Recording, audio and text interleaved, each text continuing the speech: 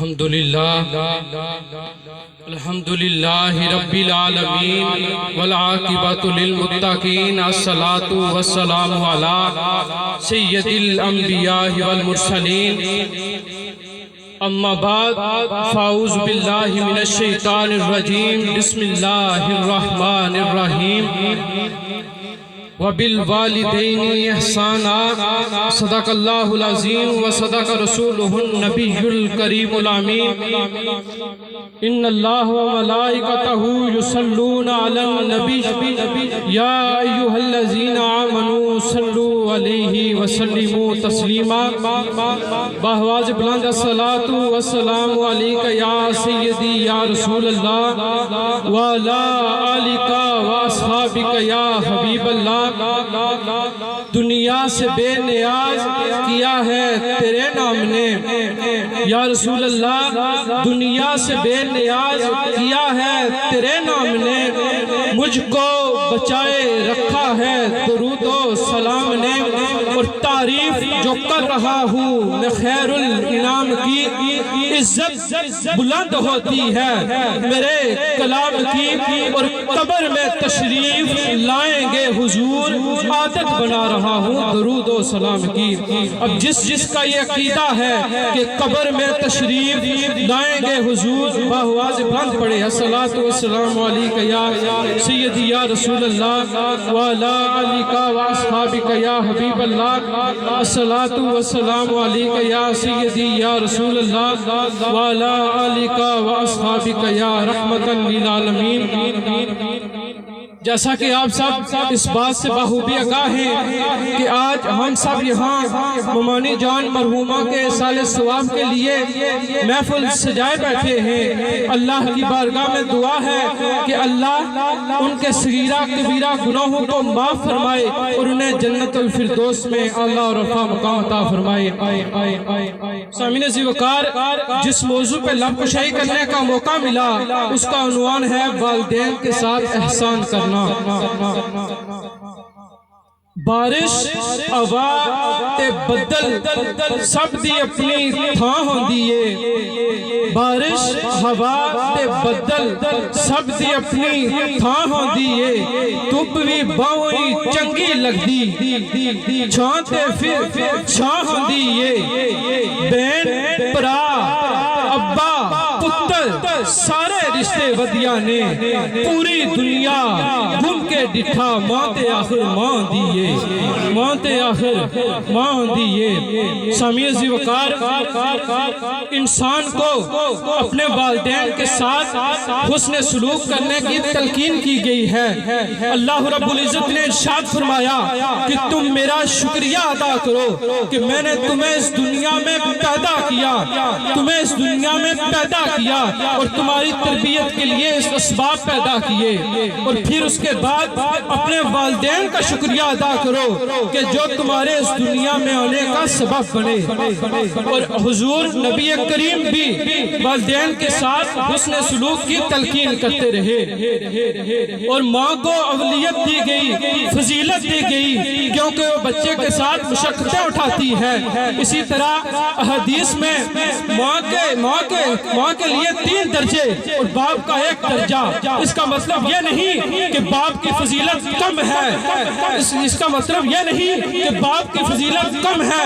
اگر جنت کو ماں کے قدموں تلے رکھا گیا ہے تو باپ کو بھی جنت کا دروازہ کہا گیا ہے کہ جنت میں جانے کا سبب باپ ہوگا۔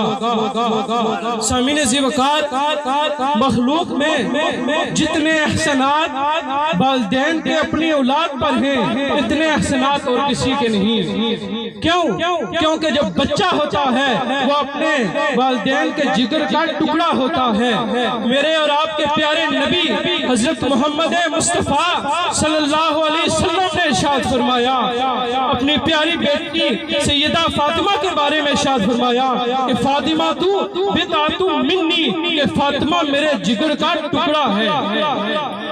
سامعین ذی وقار، والدین تو وہ ہستی ہیں کہ جب بندے کو کوئی ضرر پہنچتا ہے تو وہ تو کوشش کرتے ہیں کہ وہ ضرر ہم قوم کو پہنچ جائے، ہماری اولاد کو نہ پہنچے۔ سامعین ذی وقار، والدین تو وہ ہستی ہے، والدین تو وہ ہستی ہے کہ جو خود تو بھوکے رہتے ہیں لیکن اپنی اولاد کو کھلاتے ہیں۔ سامعین ذی وقار، والدین تو وہ ہستی ہے کہ جو رات بھر نہیں سوتے لیکن اپنی اولاد کو سلاتے ہیں۔ اسی وجہ سے اللہ تعالیٰ نے فرمایا کہ پہلے میرا شکریہ ادا کرو کہ میں نے تمہیں پیدا کیا، پھر والدین کا شکریہ ادا کرو کہ ان کے سبب سے تمہیں پیدا فرمایا ہے۔ سامعین ذی وقار، حضرت ابن عمر رضی اللہ تعالیٰ عنہ سے مروی ہے کہ حضور نبی کریم صلی اللہ علیہ وسلم نے ارشاد فرمایا کہ کبیرہ گناہوں میں سے سب سے بڑا گناہ یہ ہے کہ انسان اپنے والدین کو گالی دے۔ پوچھا گیا یا رسول اللہ، انسان اپنے والدین کو کیسے گالی دے گا؟ آپ نے کہا کہ جب ایک شخص کسی دوسرے شخص کے والدین کو گالی دے گا تو پھر آگے سے وہ شخص اس کے والدین کو گالی دے گا، گویا کہ اس نے اپنے والدین کو گالی دی ہے۔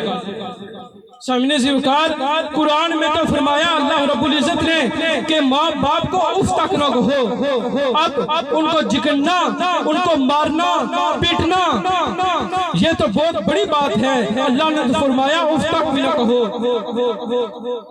سامعین ذی وقار، اف تک بھی نہ کہو، لیکن آج کے دور میں وہی اولاد جب والدین بوڑھے ہوتے ہیں ان کو پوچھتے ہی نہیں، وہ ماں جو گھر کے کام بھی کرتی ہے اور ساتھ میں 3-4 بچے بھی پال لیتی ہے، لیکن وہی بچے جب بڑے ہوتے ہیں تو اپنی ماں کو نہیں پال سکتے۔ تو کسی شاعر نے کیا خوب لکھا تھا کہ ماں کی دعا خالی نہیں جاتی، ماں کی دعا خالی نہیں جاتی، اس کی بد دعا بھی ٹالی نہیں جاتی، برتن مانج کر بھی ماں 3-4 بچے پال لیتی ہے، 3-4 بچوں سے ایک ماں پالی نہیں جاتی، 3-4 بچوں سے ایک ماں پالی نہیں جاتی۔ سامعین ذی وقار، حضرت ابو ہریرہ رضی اللہ تعالیٰ عنہ سے مروی ہے کہ حضور نبی کریم صلی اللہ علیہ وسلم نے ارشاد فرمایا کہ ناک خاک آلود ہو، پھر فرمایا ناک خاک آلود ہو، پھر فرمایا ناک خاک آلود ہو۔ صحابہ نے عرض کی یا رسول اللہ کس کی ناک خاک آلود ہو؟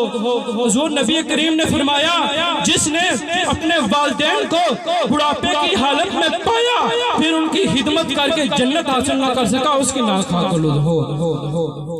سامعین ذی وقار، حضرت ابن عباس رضی اللہ تعالیٰ عنہ سے مروی ہے کہ حضور نبی کریم صلی اللہ علیہ وسلم نے ارشاد فرمایا کہ جو نیک شخص اپنے والدین کی طرف رحمت کی ایک نظر سے دیکھتا ہے اللہ اسے ایک حج مقبول حج کا ثواب عطا فرماتا ہے۔ آج کے دور میں انسان پیسے بھی خرچ کرتا ہے، سفر پر بھی جاتا ہے، میدان عرفات میں ٹھہرنا بھی پڑتا ہے، پھر اتنی مشکلات بھی دیکھنی پڑتی ہیں، پھر بھی انسان کو پتہ نہیں ہوتا ہمارا حج ہوا بھی یا نہیں۔ لیکن حضور نبی کریم نے فرمایا جو نیک شخص اپنے والدین کی طرف رحمت کی ایک نظر سے دیکھتا ہے اللہ اسے ایک مقبول حج کا ثواب عطا فرماتا ہے۔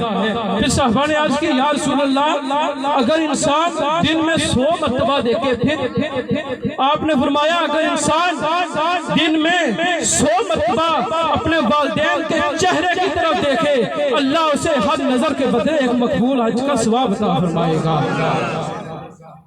سامعین ذی وقار، حضور نبی کریم صلی اللہ علیہ وسلم نے فرمایا کہ اللہ رب العزت تمام گناہ معاف فرما دے گا، لیکن ایک جو ماں باپ کا نافرمان ہوگا اسے اللہ کبھی معاف نہیں فرمائے گا، اور جو ماں باپ کا نافرمان ہوگا اسے سزا اس دنیا میں ہی مل جائے گی۔ ماں کا ایک نافرمان کا واقعہ آپ کے سامنے عرض کرتا چلوں۔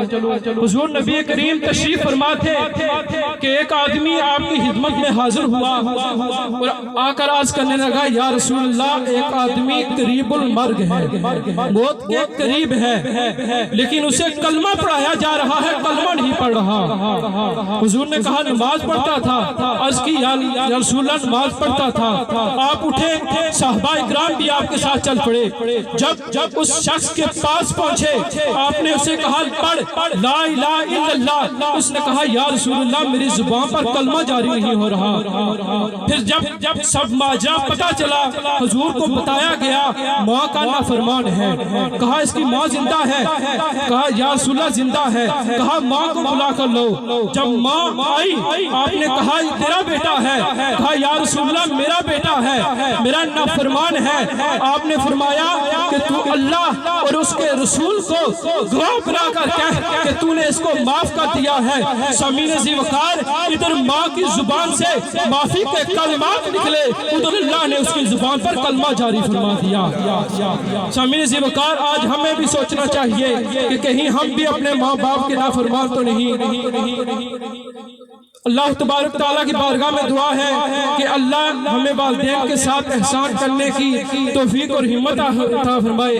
آخر میں اس شعر کے ساتھ اجازت چاہوں گا کہ میں نے چلتے پھرتے اذان دیکھی ہے, میں نے چلتے پھرتے اذان دیکھی ہے, میں نے جنت تو نہیں دیکھی ماں دیکھی ہے. والسلام.